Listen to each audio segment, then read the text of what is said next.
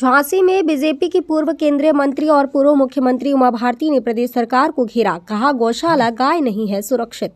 उन्होंने माना कि प्रदेश में हो रही गौवंशों की दुर्दशा, सरकार गाय को लेकर हो रही है विफल। फिर से चुनावी मैदान में उतरने की जताई इच्छा। बुंदेलखंड राज्य निर्माण को लेकर कहा, मैं बुंदेलखंड राज्य बनवाने में हुई असफल। मध्य प्रदेश के पूर्व मुख्यमंत्री और पूर्व केंद्रीय मंत्री उमा भारती झांसी पहुंची, जहां उन्होंने मऊरानीपुर की केदारेश्वर धाम पहुंचकर पूजा अर्चना की। इसके अलावा उन्होंने गाय की दशा और दुर्दशा को लेकर गौ अदालत लगाई, जिसमें उन्होंने कहा कि सरकार गाय को सुरक्षित नहीं रख सकती है। उसके लिए हम सभी लोगों को फिर से गाय पालन करना होगा, तभी गाय सुरक्षित होगी। उन्होंने पत्रकारों से वार्ता करते हुए बताया कि भाजपा को उन्होंने सींचा है और भाजपा और राम मंदिर के लिए उन्होंने बहुत ही लड़ाई लड़ी।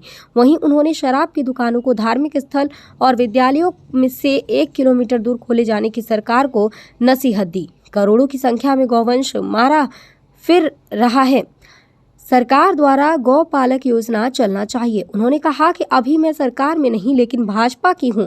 अगर सरकार मेरी बात मानकर शराबबंदी को लेकर कदम उठाए तो पूर्व से भी बड़ी जीत कोई नहीं टाल सकता, लेकिन अगर इस पर कोई ध्यान नहीं दिया तो नुकसान पक्का है। इसको लेकर केंद्र सरकार को भी अवगत करा दिया गया। उन्होंने कहा, शराब को धार्मिक स्थल, स्कूलों और बस्ती से 1 किलोमीटर दूर ही रहना चाहिए। उमा भारती से जब बुंदेलखंड राज्य बनाने के लिए पूछा गया तो उन्होंने बताया कि बुंदेलखंड राज्य बनाना तो उनकी राजनीति में आने से पहले से मुद्दा चला आ रहा है, इसको तो उठाना चाहिए। हम सबके साथ हैं, लेकिन बुंदेलखंड राज्य में मध्य प्रदेश के लोग शामिल नहीं होने चाहते, इसलिए वह बुंदेलखंड राज्य बनवाने में असफल हो रही है। एक आपका पुराना एजेंडा है बुंदेलखंड राज्य, जो आपने हमेशा गाय के साथ बुंदेलखंड राज्य की भी बात कही, लेकिन पिछले कई महीनों से आप उस पर कुछ अपने विचार रखिए। गाय से भी पहले बुंदेलखंड का मुद्दा मैं बोलती हूँ। गाय का तो अभी आया जब गौचर सब खत्म हो गए। बुंदेलखंड का मसला तो 1988-81 में लक्ष्मी नारायण नायक जी हमारे जो खजुराहो से सांसद हुआ करते थे, और मेहरोत्रा जी, अगर आपको याद, बहुत बड़े बड़े दिग्गज नेता इसमें थे। तो ये मुझे बुला लेते थे जब मैं अमेरिका वगैरह से आती थी। हम तो तब से इसमें हैं। इसमें जो कठिनाई है, मैं कह रही हूँ आपको कठिनाई दूर कर दो बस, वो ये है कि जो मध्य प्रदेश का हिस्से का बुंदेलखंड है वो पृथक बुंदेलखंड में आने को तैयार नहीं है, ना वहाँ की जनता ना वहाँ के नेता। तो उत्तर प्रदेश का बुंदेलखंड का जो मायावती ने प्रस्ताव पास किया वो बहुत छोटा है, तो फिर थोड़ा या तो उसको बृहत करके, और वो हमारी पार्टी तो पृथक बुंदेलखंड को मानती है। हमारे लक्ष्मीकांत वाजपेयी जी जब अध्यक्ष थे तो उन्होंने, आपको याद हो, पृथक बुंदेलखंड संगठन का गठन किया था और बाबूराम निषाद इसके अध्यक्ष बनाए गए थे। हम राजनीतिक तौर पर, सांगठनिक तौर पर बुंदेलखंड को अस्तित्व को स्वीकार कर चुके हैं। पूरी कठिनाई आ रही है मध्य प्रदेश का हिस्सा मांगने की। झारखंड जब बना था, आपको मैं बता रही हूँ, तो छत्तीसगढ़ का हिस्सा मांग रहे थे और कुछ उड़ीसा का भी। जब वो दोनों जिद्दें छोड़ दी थी तब झारखंड बन पाया था। यही एक दिक्कत है जो मैं नहीं कर पाऊंगी, ये मीडिया को करना पड़ेगा और समाज सेवियों को एक काम करना पड़ेगा। दोनों राज्यों में आपकी सरकार है और पिछले मध्य प्रदेश विधानसभा चुनाव के समय आपने ये हम लोगों से बात की थी, उसमें आपने स्पष्ट आश्वासन दिया था कि भैया 2 साल बाद बुंदेलखंड राज्य का निर्माण हो ही जाएगा, ये हम गारंटी दे रहे हैं। ये आपने कहा था यही पास के, हाँ, मैंने हर जगह कहा था, हुआ गाँव में मैंने हर जगह कहा था। लेकिन मैंने ये लाइन ना सुन लो ना, ये लाइन मैंने हमेशा साथ में बोली कि पहले तय कर लो कितना चाहिए तो बन जाएगा 2 साल में, पहली बात।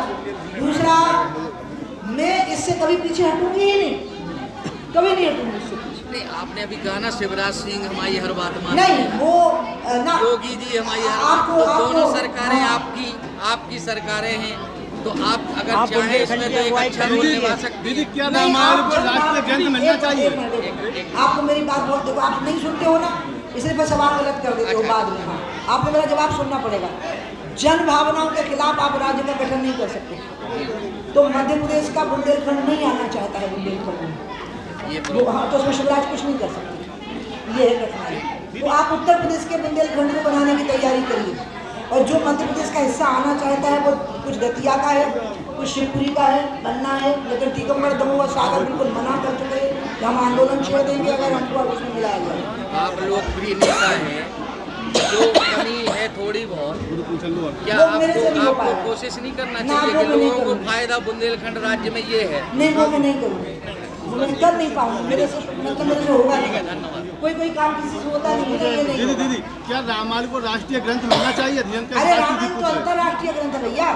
मॉरिशस, फिजी, गियाना, यहाँ पर रामायण जी ले गए थे 1800 समथिंग में, जब भारत से गिरमिटिया धोखे से कुली बना के उनको ले जाएगा।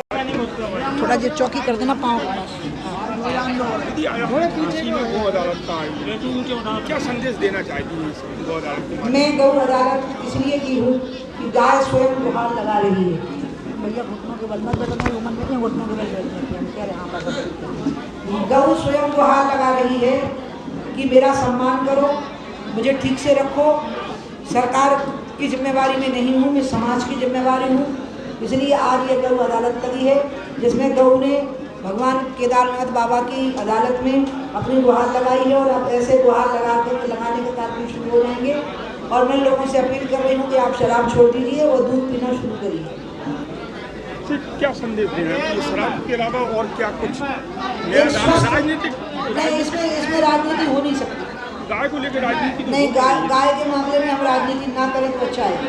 मेरी अपील है कि सभी राजनीतिक दल इस मामले में एकजुट हों। और गौवंश सबके लिए अनिवार्य है। गाय का दूध सबके लिए स्वास्थ्य के लिए ज़रूरी है। अच्छा ऑर्गेनिक फूड हिंदू मुसलमान सपा बसपा कांग्रेस सबके लिए ज़रूरी है। इसलिए इसमें राजनीति नहीं हो सकती। अगर मैं इसमें राजनीति करूँगी तो इस मुद्दे की महिमा ही खत्म हो जाएगी। दीदी आप 2024 से कहाँ एक मिनट दीदी आप संत समाज से राजनीति में आए। संत समाज से राजनीति में रामचरित मानस को लेकर राजनीतिक लोग अनर्गल टिप्पणियाँ कर रहे हैं। रामचरित मानस को लेकर जो टिप्पणियाँ की करना हैं चाहिए वो तो टीआरपी के लिए की है। हाँ, इसके बाद आप पूछ लेना, ये पूछ लेंगे। वो तो एक व्यक्ति ने की है जिनका कोई महत्व नहीं है, लेकिन एक पार्टी के हैं वो जिसका बहुत महत्व है। और उस पार्टी के वो नेता हो गए हैं। पहले हमारे यहाँ से फिर वहाँ चले गए, हार गए वहाँ भी। उस पार्टी की चुप्पी जो है वो ये साबित करती है कि वो अभी भी कार सेवकों की हत्या की मानसिकता रखते हैं। क्योंकि ये वही पार्टी है जब शासन में थी तो कार सेवकों के ऊपर इनने सीधे शूट एट साइट का ऑर्डर दिया था कि गोली चलाकर मार दो इनको, जिसमें बहुत बड़ी संख्या में कार सेवक मारे गए थे। इसका मतलब वो उनकी मानसिकता आज भी विद्यमान है। बाकी उनके कहने से ना रामायण की महिमा घटने वाली है, ना उनके कहने से राम की महिमा घटने वाली, बल्कि उन्हीं की महिमा घटेगी। क्या मैम बहुत देर से बोल रहे हैं। 2024 में कहाँ से चुनाव लड़ने का? मैंने एक साल पहले क्या हुआ, एक साल पहले तक जितने देखो तो यही बात पूछ रहे, यही चर्चा कर रहे थे। मैंने कह दिया था आज के बाद से मैं सवाल का जवाब नहीं दूंगी। और मैंने वो नोट पूरे प्रेस को भेज दिया कि अपने रिपोर्टर्स को कह दीजिए कि मुझसे सवाल ना करें। इसलिए अब नहीं हो सकता है सवाल। दीदी, गाय की रक्षा, गाय को सुरक्षित रखना, ये आप शुरू से कह रही है। और गाय का एजेंडा आपका आज का नहीं है, शुरू से है। आपने हमेशा गायों पे फोकस किया है कि गाय को सुरक्षित रखो, और उनके भरण पोषण को लेके हो या उनकी दुर्दशा को लेके आपने हमेशा बात की। एक आपका पुराना एजेंडा है बुंदेलखंड राज्य, जो आपने हमेशा गाय के साथ बुंदेलखंड राज्य की भी बात कही, लेकिन पिछले कई महीनों से आप उस पर कुछ अपने विचार रखिए। गाय से भी पहले बुंदेलखंड का मुद्दा मैं बोलती हूँ। गाय का तो अभी आया जब गौचर सब खत्म हो गए। बुंदेलखंड का मसला तो 1981 में लक्ष्मी नारायण नायक जी हमारे जो खजुराहो से सांसद हुआ करते थे, और मेहरोत्रा जी, अगर आपको याद, बहुत बड़े बड़े दिखे अभी साथ में। तो ये तो अंतर्राष्ट्रीय ग्रंथ है। रामायण तो मॉरिशस का राष्ट्रीय ग्रंथ है। इसलिए जो अंतर्राष्ट्रीय ग्रंथ है उसको राष्ट्रीय ग्रंथ बनाने का सीमा क्यों बनाना उसको? दीदी अभी एक आपने सवाल के जवाब में कहा कि समाजवादी पार्टी की मंशा थी कि ये रामायण की चौपाई और इसको लेकर राजनीतिक मुद्दा बनाने। अभी हमने आपसे सवाल मैं कुछ भी नहीं कहा। अखिलेश यादव की सहमति थी। नहीं, मैंने ये कहा कि वो कार सेवकों के हत्यारे ही, तो उन्हें तो वैसे भी सहानुभूति रही। तो वो तो कह रहे हैं कि आप लोग हिंदू विरोधी हैं। अभी उन्होंने बनारस में कहा हमें उनसे कोई बीजेपी सर्टिफिकेट सबसे बड़ी हिंदू विरोधी नहीं, पार्टी मुझे है। उनसे सर्टिफिकेट चाहिए ही नहीं है। मुझे तो नहीं चाहिए, कम से कम। बाकी बीजेपी के लोग अपना जवाब देते थे, मुझे नहीं चाहिए उससे सर्टिफिकेट। बागेश्वर धीरेन्द्र के शास्त्री को क्या जेडी की सुरक्षा मिलनी चाहिए? संतों ने प्रस्ताव रखा है। अब अगर संतों ने प्रस्ताव रखा है तो संतों की बात में मेरा अधिकार ही नहीं है कुछ कहने का। बाकी मैं उनको धीरेन्द्र कृष्ण शास्त्री जी का बहुत सम्मान करती हूँ। वहाँ पर लोगों को आराम मिलता है, उनकी समस्याओं का निदान होता है। तो इसलिए वो जो कौन जी मानव जी थे, उनकी समिति को मैंने कहा कि भैया हजारों लाखों लोग वहाँ लाभ प्राप्त कर रहे हैं, तो तुम उनके मानवाधिकार से उनको वंचित कैसे कर सकते हो? वो तो उनका मानवाधिकार है, कोई बुराई तो नहीं सिखा रहे ना वो। कोई दुर्व्यसन जुआ सट्टा अड्डा तो नहीं खुलवा रहे। लोगों को भगवान का नाम लेके उनको किसी तकलीफ से मुक्ति मिल रही है तो बहुत ठीक है, और बागेश्वर धाम में और ज़्यादा लोग जाना चाहिए। 10 लाख में गोबर भी भरती थी और उसी में गौमूत्र समेट लेती थी वो, और गौमूत्र और गाय का गोबर इकट्ठा बाहर भूरे पर डालने जाती थी, उससे फर्मेंटेशन होता था उसका, और अंत में वो गोबर हमारे खेतों में जाता था जिससे गन्ने उगते थे। बहुत स्वस्थ प्रसन्न रखने वाली खेती होती थी, वो चीज पूरी बंद हो गई। अब तो गोभी 10 क्या किलो को, 20 किलो को गोभी देखो, 15 किलो की लौकी देखो, खाओ तो तुम्हें भी 15 किलो को हो जाना हो, 20 किलो को। हम सही बता रहे हैं, कहीं फटा होगा 7 किलो को खाओ तो तुम्हें 14 किलो को हो जाना हो। क्या कहते इंजेक्शन लगा के वो 15 किलो को करोगे है। इसलिए मैंने कहा कि ठीक है, खेती करनी चाहिए जरूरी। अभी हमारे यहाँ मध्य प्रदेश में बहुत अच्छी और ऑर्गेनिक खेती की क्रांति हो गई है। उसमें ऑर्गेनिक खेती बहुत बड़ी संख्या में किसान करने लगा है। उनको चाहिए था रेल मार्ग और पानी। देखो मैं ललितपुर सिंगरौली रेलवे लाइन ले आई ना, पूरे बुंदेलखंड को चीरती हुई आ रही है। एक रेलवे लाइन इधर और एक उधर है, दोनों तरफ रेलवे लाइन है। दूसरा पानी चाहिए था तो केन बेतवा में तो सब लबालब ही होने वाला है। अब पता नहीं क्या दोनों मुख्यमंत्रियों को हो गया है। मैं तो इसकी मंजूरी पूरे काम खत्म करके 2017 में ही पूरा कर चुकी थी, और मैं शायद शिलान्यास करने ही वाली थी। प्रधानमंत्री जी कही गए थे गोवा में, मेरी इच्छा है कि बुंदेलखंड को जितने जल्दी हो सके पानी मिल जाए। तो मैं कहा भाई आप देखना बिल्कुल केन बेतवा तैयार मिलेगी। बाद में पता नहीं क्या हुआ, आज तक अटकी पड़ी। अब धीरे धीरे काम हो रहा है, खरगोश की चाल से काम हो रहा है उसका। अब किसी दिन जरा जोर लगा दूंगी, जरा शराब वाला मसला हो जाए, फिर केन बेतवा वाले पे मैं आने ही वाली, तो पानी आ जाएगा। जब पानी आएगा तो ऑर्गेनिक खेती आराम से होगी ना। फिर गाय के गोबर और गौमूत्र से जो खेती होगी, वो जो मिल्क इंडस्ट्री चलेगी, ऑर्गेनिक खेती की बहुत बड़ी डिमांड है मार्केट में। आज पूरी दुनिया में पहला करते के कुटकी कोदो का सामान 18 गरीब आदमी को भोजन है, और पिसिया है अमीर आदमी को भोजन। अब मर रहे हैं अमीर आदमी के ढूंढ दो भैया कसम से। और हम अंग्रेजी में कर लगे मिलेट, हम की मिलेट का हो कहीं के मिलेट मतलब यही कोदो कुटकी सामान 18 जी मिलेट है, जो नहीं बाजरा जब मिलेट है तो पहला गरीब आदमी को भोजन होता। तो ये फिर से होगा उस ऑर्गेनिक खेती से, और ऑर्गेनिक खेती से व्यक्ति स्वस्थ और प्रसन्न रहेगा। मान लो हम नहीं कहते पूरी खेती में ऑर्गेनिक खेती करो, आप उगाओ 15 किलो को भटा, 17 किलो की लौकी उगाओ, लेकिन अगर 10 एकड़ जमीन है तो 2 एकड़ में ऑर्गेनिक फार्मिंग करो, उसको मार्केट में बेचो। इससे आपकी गाय बची रहेगी, गाय का गोबर और गौ का मूत्र उसमें काम आ जाएगा। ये जो पूरा पैकेज है, ये जब हो जाएगा तो गाय बच जाएगी। और इसलिए मेरी इच्छा ये है कि केदार बाबा को आज मैंने गाय का दूध चढ़ाया, और मैंने कहा बाबा तुम, बाबा का एक नाम है पशुनाम पति, हे पशुओं के पति। आपको पता है बाबा का ये नाम है। मध्य प्रदेश में बहुत बुरी हालत है, मंदिरों के रास्ते में मछलियां बिक रही, मुर्गा बिक रहा है, उधर फुकरा कट रहे, जो पहला नहीं कटकते, छक्के पी रहे, झूमते हुए निकल रहे। लगता है कि उड़ता पंजाब की जगह उड़ता मध्य प्रदेश बनने की तैयारी है। इसलिए मैं भी अड़ गई हूँ कि तुम नई शराब नीति लेके नहीं आ सकते जब तक कि मेरे 5 परामर्श नहीं मानोगे। वो 31 जनवरी को आनी थी, वो टल गई बला उस दिन। मैंने मध्य प्रदेश की सरकार को कहा कि 5 परामर्श हैं। पहला है शिक्षण संस्थानों से 1 किलोमीटर की रेडियस की दूरी, क्योंकि शिक्षण संस्थान मंदिर से बड़े हैं। दूसरी है सभी धार्मिक स्थानों से, चाहे वो किसी भी धर्म के हों, उनसे आधा किलोमीटर की रेडियस की दूरी।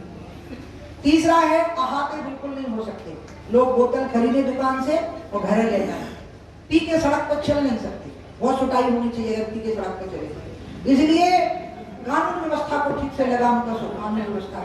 मैंने शिवराज को कहा कि अब सेवक वोट हो लिया, अब जरा शासक बन के दिखाओ, वो शासक के गुण होते हैं वो दिखाओ।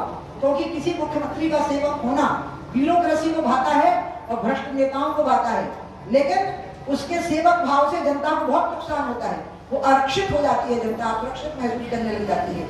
इसलिए मैंने कहा कि सख्ती कर दो, अहाते बंद करो, दुकानों में बेचो शराब, लेकिन खड़े नहीं हो सकते। एक दुकान से स्लिप बनी, ये जैसे गई, दूसरे से बोतल उठाई, अब जाओ घरे, तो घरे मतारी है, घरवाली है, बिटिया है, तो अच्छी लगाएगी, मार बैठ करके अच्छी चप्पी करेगी कस के नहीं पी सकते, फिर तो बात घर के अंदर हो जाएगी ना। आप पिला के भेजोगे तो कुछ नहीं कर सकती, जेब खाली कर देते हैं वो लोग अपनी। इसलिए मैंने कहा पहली चीज आप बोलो राजी हो के नहीं, मैंने कहा पहली बात मैंने कही कि आप 1 किलोमीटर की रेडियस की दूरी शिक्षण संस्थानों से रखो। दूसरा मैंने कहा किसी भी धर्म के स्थान से आधा किलोमीटर की रेडियस की दूरी रखो। तीसरा मैंने कहा अहाते बिल्कुल बंद करो। और चौथा मैंने कहा कि जितने भी मजदूरों की बस्तियां हैं उससे आधा किलोमीटर की रेडियस की पूरी मजदूरी भूग जाती है, उसमें रेडियस की दूरी रखो। और पांचवा मैंने कहा अस्पतालों से अदालतों से आधा किलोमीटर रेडियस की दूरी रखो। अब जय लड़ाइयां है जब उन्होंने चल रही है, बताओ मैं सही हूँ कि गलत? आप ईमानदार केदार बाबा से न्याय दिलवाओ मुझे इस बात के लिए कि मैं सही हूँ कि गलत।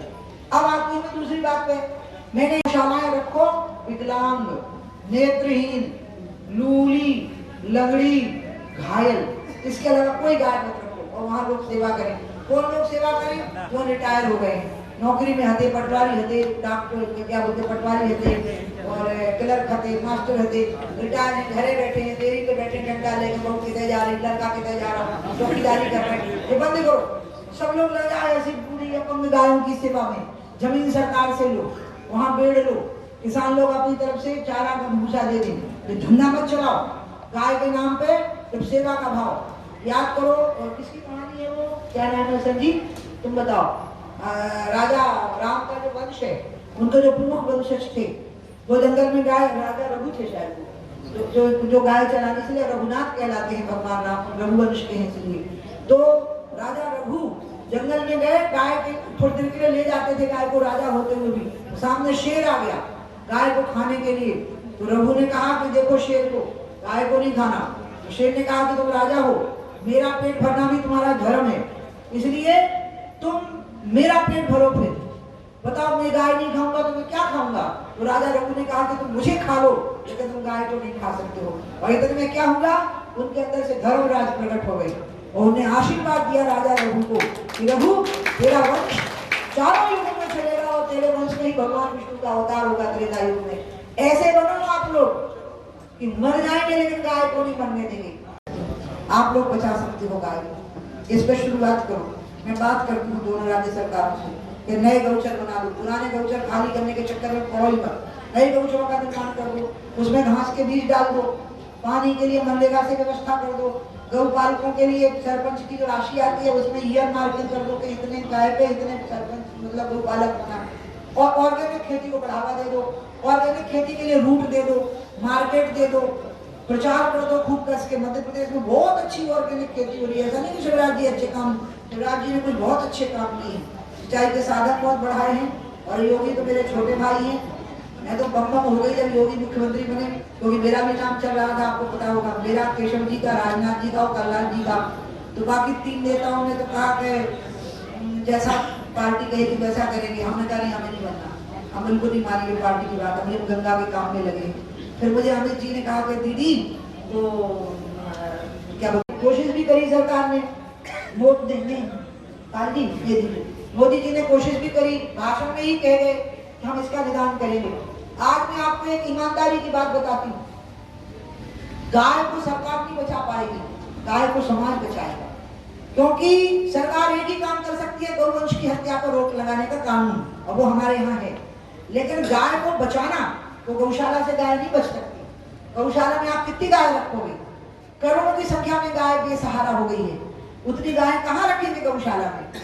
और धंधा चल पड़ा गौशाला के नाम पर, लोग पैसे बनाने लगे हैं, जमीनों पर कब्जे करने लगे हैं, गौ के नाम पे पैसे इकट्ठे करने लगे हैं, जमीनों की कीमत बढ़ रही है तो वो उसका लाभ उठाने लगे हैं और एक धंधा हो गया है वो। इसीलिए मुझे लगता है कि गौशाला में तो कौन सी गाय होनी चाहिए? लूली, अंधी, घायल। लेकिन ऐसा नहीं है, बहुत बड़ी संख्या में स्वस्थ बेसहारा गायें हैं जो गौशाला में हैं, क्योंकि किसान उनको रख नहीं पा रहा। क्यों नहीं रख पा रहा? क्योंकि गौचर खत्म हो गए, गौचर पे कब्जा हो गया या भूमिया भूआ बंटन में चले गए, गौचर भूआ बंटन में चले गए। पहली चीज किसान के सामने दिक्कत क्या आ रही है? किसान को क्या प्रॉब्लम आ रही है? गौचर का नहीं होना। किसान को दूसरी प्रॉब्लम क्या आ रही है? गौ पालक होता था हमारे गांव में, हमारे समाज के, यादव समाज के 3 लोग थे। अब ऐसे करते हुए घर के सामने से निकलते थे और पूरी गैया रामा की भी बाहर निकल जाती थी और मैं उनके साथ जंगल में चली जाती थी और उनके लिए पिसी बनी थी कि इतने पहला पिसी इसके बदले में इनको मिलेगी। और शाम को वो धूली की बेला होती थी, सवेरे और शाम वो लौट आती थी। तो अब फिर से गौ पालकों की आ जाइए जवाब, व्यवस्था लागू करनी पड़ेगी। और वो पंचायत को जो धन आ रहा है, इतना पैसा आ रहा है, सरपंचों को सीधी राशि आ रही है, और इतना लोग भ्रष्टाचार कर रहे हैं कुटीरों में और पता नहीं काय में, खूब कस के पैसा आ रहा है। उसमें से ईयर मार्क पैसा आना चाहिए कि ये इतना पैसा जो है ये गौ पालकों के लिए होगा, आपको देना होगा। तो गौचर हो गया, दूसरी चीज हो गई कि गौ पालक हो गए, और तीसरी व्यवस्था करनी पड़ेगी कि किसान के बेड़ा में कमरे बन गए हैं पीछे, अब जगह नहीं है, तो खेत पे गाय को बांधे, इसके लिए उसको गेल देनी पड़ेगी अपने पशु को ले जाने के लिए। नए तरीके से रास्ता देना पड़ेगा कि झुंड के झुंड पशु जब जाएंगे तो विवाद ना खड़ा हो जाए आपस में जब वो पशु चलेंगे। इस व्यवस्था के साथ एक पांचवी चीज करनी पड़ेगी कि पहले लोग भैया। अपडेट मीडिया के लिए झांसी से हर्ष शर्मा की रिपोर्ट।